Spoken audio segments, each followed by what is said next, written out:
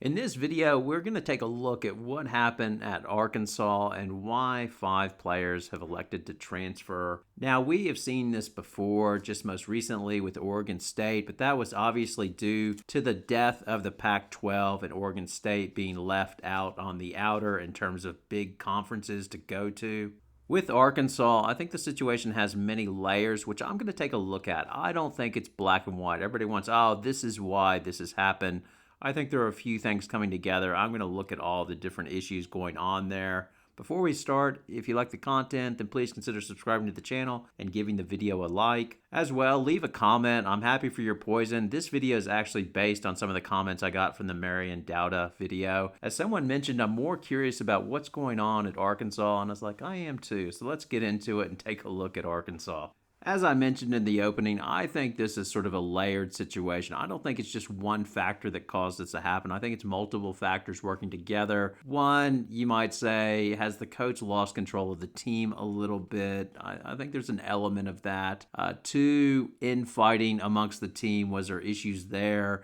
Yes. And three, is it a reflection of sort of the modern day high ranked athlete and the portal situation and sort of players looking after themselves versus the program? So I think it's a combination of both, and I'll sort of go through the different players one by one. First, I'll touch on the coach, Mike Neighbors. He's a good coach. Like, there are a lot of comments, oh, the coach is a bad coach and that's why the players are leaving. He's not. He has a winning record. He won at Washington. He had Kelsey Plum, developed her, took Washington to a Final Four. It's hard in the SEC, obviously. The disappointment of this season is it felt like they had a lot of talent and should have broken through, and it really didn't happen. It seemed like the wheels came off of this team after they lost their second time around playing Alabama at home on the 2nd of February. Arkansas went into that game 16-6, and then after that, they just won 2 more games and lost the remaining 8. The press conference after the game was very revealing. Saylor Poffenbarger was basically, man, we practiced terrible all week. It's no surprise we came out and played this way. You're not going to beat a good team in the SEC if you play like that. And I think it started with our practice, and I think it carries over and it teaches us how important practice is and how important, the 2 days in advance are. So I think, it's hard when you practice some way, you can't come out and expect to play a different way. This loss hurts a little bit more because we did beat them the first time and we showed how good we are. And I think, when you come home and lose to a team, it never feels good. But I think how we come back is going to be everything for us. And I think we've continued to bounce back every other game. And I think that'll just show if we can survive in this league. And I think we have everything it takes. We have to be willing to have that fight. And it's going to be a little harder this time. And then Neighbors said the same thing. He was like, all week, I couldn't get them to practice well. I don't know what is going on to come out and lay an egg like that. We just didn't try hard enough. And it was the same way during training, and we've got to figure it out. And I'm going to leave it to the players to figure out. Out up there and said that this one really hurts and that she saw it coming from the practices as well. Just I know you've mentioned your team being very player led. Is that encouraging, at least to your players said that? No, I mean, we talked about it. We look at each other. Mac, if y'all look at our practice schedule, I give the team 3 timeouts every practice. I give them 3. Hardly ever use them. Used all 3 of them the other day. Couldn't get it going. So as a coach, it is my job to find out, and I will if it doesn't show up, if it's not better tomorrow. I can give them a little leeway because it's really the first time we've played like that. And I told them, if there is a reason rather than an excuse, I need to know about it. If it's just an excuse, then we got to get past it. If it's a reason, then let's talk about it. Nobody said that was the case, but I mean, I am proud that Saylor could see it coming. I think you could have had anybody in here and seen it coming if they were being truthfully honest. And I'm not calling anybody out by name. I will say this. I would exclude Michaela Daniels from that to some degree because she tried. She called the timeouts. She tried to get them going. Did y'all see her come over there to me and go, why does everybody have an attitude? I say, my guess is as good as yours. I don't know. But this is not the time for us to figure it out. So we'll figure it out.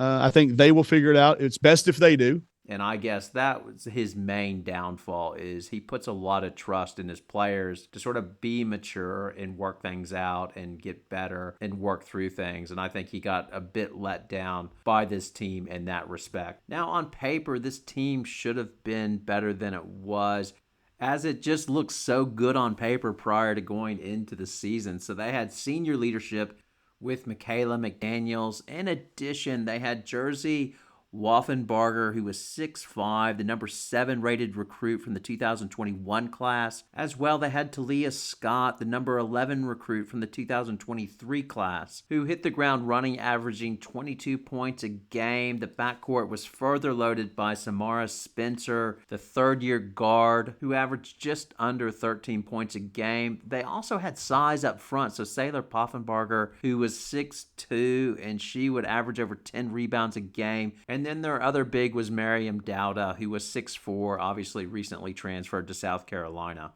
And, well, all their starters are gone because Daniels graduated, and then the other 4 have transferred via the portal. Now, Jersey Wolfenbarger, she was never a starter. She actually left the team before the season started, as she didn't want to give up a year of eligibility. Her scoring actually went down from her freshman to sophomore year from 7.5 points per game to just under 4 points a game in the previous season. Now, Neighbors' take on this was, I had a 10-year plan to get her into the WNBA, meaning he was going to try to help her develop her total overall game, as he felt she was a bit raw and was trying to do that, but ultimately she lost faith in him and was gone before the season started. It seemed like it was an amicable split, as best it could be. He was good in his press conference and basically addressed the issue because he said, I don't want rumors going out. She felt it was best to move on, and I was fine with that.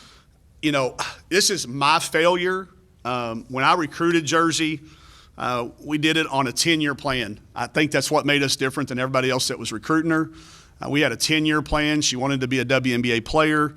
I knew through experience of having a few WNBA players that it's one of the hardest jobs in America to have. There's only 144 jobs on a good year. Some years that number's 133 because not everybody carries 12 people on their roster. So we set out with a plan to help her get to that point. It was my plan. I was trying to execute it the best I could. We were 2 years into it. I was trying to help her get to where when she got to the WNBA, she'd be able to do the things that she wanted to do. And quite frankly, I just failed in that. It's not a reflection on my staff. It's not a reflection on our development system. It's just a case where not all of them work. It didn't work out. Now, as I mentioned before, it seemed like the season went off the rails after the loss to Alabama at home, and coincidentally, that's the time when Taliah Scott returned to the lineup after missing about 4 games due to a back injury or back issue. And after the season ended, she and Saylor Poffenbarger were the first players to enter the portal. On the 18th of March, they did not participate in the women's basketball invitational tournament that Arkansas participated in Tulsa. Now, with Scott, there's speculation on the message boards that she did not get along with the senior players on the Arkansas team. She reposted on her X account in April, "Narcissists don't leave you directly. Instead, they treat you unfairly until you leave, and then they blame you." Now, with Poffenbarger leaving, was it just she had a chance to return to Maryland, closer to her home? And is it really surprising she transferred in the first place? She transferred from UConn as she wasn't happy there. Is she always looking for greener grass, I guess you could say? But the transfer that was surprising after that was Samar Spencer, as she pulled a Haley Van List. She went on a TV interview on the 22nd of April praising Mike Neighbors and said she was looking forward to the following season. They had injuries and hoping Arkansas could live up to their full potential if they had everybody. She went on to say that she felt some took advantage of Mike Neighbors' trusting nature. It might have been a bit of smoke at Taliah Scott. Supposedly, those were the two that really didn't get along. There's nothing verified with that. It's all speculation. A lot of noise coming at Coach Neighbors. I know you love playing for him. Can you talk about why you believe he's still the man to lead this program? Well, I believe he is, just because he's a people's person. So he's always trying to please everybody. And that can be a good thing and sometimes it can be a bad thing. And I feel like just this past year, it didn't really work in his favor. And it happens like that sometimes. Some people aren't, I would say, grateful that they have somebody like that in their lives.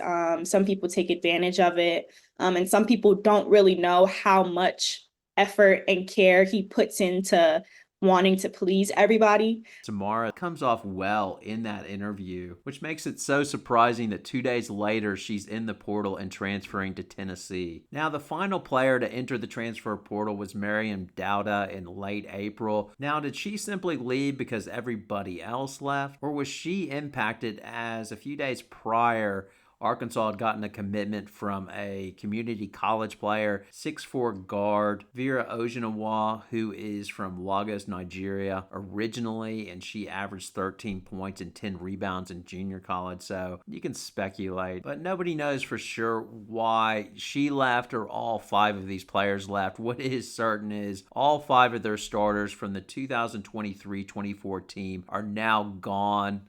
And what I find interesting is more the lessons that Mike Neighbors has learned from this. I guess, first of all, Gino Auriemma was recently on the Coaches Roadshow, and they asked him about coaches adjusting to the changes of the portal and players being paid and all the new things, and what his take. And as a senior coach, did he have insight into that? And he's like, no, I'm not the guy to talk to. The guy that you want to talk to is the UConn baseball coach, Jim Penders. I don't think anyone knew how to prepare for this, what we're going through right now. And I think a better person to ask that question to would be Jim Penders. And how do you get some Division III transfers to come and play like major league prospects at UConn and go out and win the games that they won?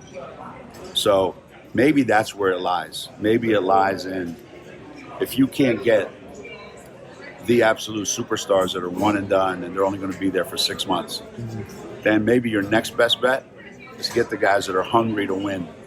As UConn baseball has everything against it versus Southern programs, but he always gets them to the tournament, and how he does that is taking hungry D3 players that are willing to come to UConn. And it seems that Mike Neighbors is now learning that lesson, as he talked about it after their last loss to Tulsa, the last game of the year, when he knew Poffenbarger and Taliah Scott were in the portal. During the press conference, he let fifth-year senior Michaela Daniels speak first, and she talked about how the reason she stayed all 5 years at Arkansas through the hard times was because Arkansas originally believed in her and brought her in, and she wanted to be loyal to them. Statement and time to talk about the kid here that came to Arkansas at a time when we weren't very good. She had a lot of options. She came here, and more importantly, she stayed here. When it's kind of become the cool thing to do to not stay places, this kid did. She did a lot of hard things over the last 5 years, and it doesn't surprise me because we knew that getting to know her as a young senior in Maryland. We thought we had it, but a lot of times these days you think something and it doesn't really work out that way. This kid over-delivered. Mike mentioned the commitment of staying here, playing here for 5 years. Why was that important to you? I think it was just important because they wanted me as much as I wanted them, and I was afraid that other schools didn't have that same interest, or they had that interest just for the moment, and I didn't feel like it would be right to turn my back on people who still believed in me and I believed in them. And a lot of times the grass isn't always greener, but I think that I wouldn't have grown as much as I've grown in these 5 years anywhere else but Arkansas.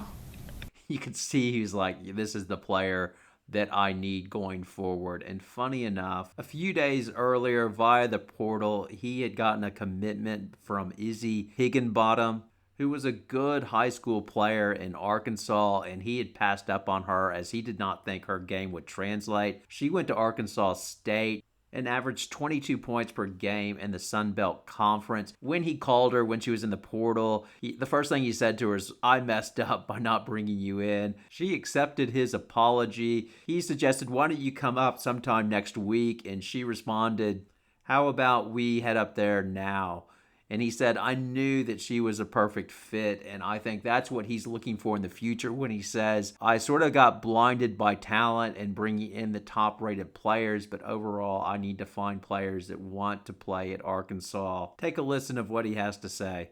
I've certainly learned a lot of things along the way. I mentioned a few of them, in our article when I was talking about the signing of Izzy coming in. So I think it'll be a very reflective month for us because, again, I have to look at it. I really trusted. It's the first word you see when you walk in our office, and I trusted a lot of things that have just changed, and I've got to be ready to adapt and make sure that we're staying up with what everybody's happening, not only in the SEC but across the landscape of college basketball. But you talk to Mac, and then you sit right beside her, and you hear what she just said. You hear what she just said, and you go, "Man, I don't know that I will change that much." I'm not sure that I would rather have that statement about our program from a kid that's been here and stayed here than maybe win 2 or 3 more games. I don't know. It's going to be a reflective period. There's a lot to figure out with all that, but that's what we'll be doing. Yeah, and you mentioned, there's been a lot of lessons and everything across the span of the season. I guess what do you kind of take as the main ones that you kind of look forward to in the offseason? Well, the one thing is that trust thing. When I talk to a kid, I've got to really trust them. And I'll use Izzy Higginbottom as an example. When I called her, I told her I led off with I'd made a mistake coming out of high school, and she responded back in a way that was, I'll let her tell y'all whenever that time comes. But I learned a lot through that. I'm going to look for kids that want to be with us, that maybe aren't, as looking at NILs or things that are individual. I'm going to want kids that want to be at Arkansas. So I think I've learned the value in collecting talent. Sometimes the best talent, if you can't fit them together in a puzzle piece. We had a lot of really, really talented kids that never really fit together as a puzzle. So I'll spend some time doing that, making sure each kid fits with what we're doing and the kids we have around. So now over to you. Have I gone too soft on Mike Neighbors? Or is this a case that a coach got enamored with really good talent, but really didn't see how it would fit together, and basically the modern athlete is very hard to coach, and that's a lesson that he's learned and starting to learn now? Would love your comments, feedback, your poison. All is welcome. Thanks a lot for watching.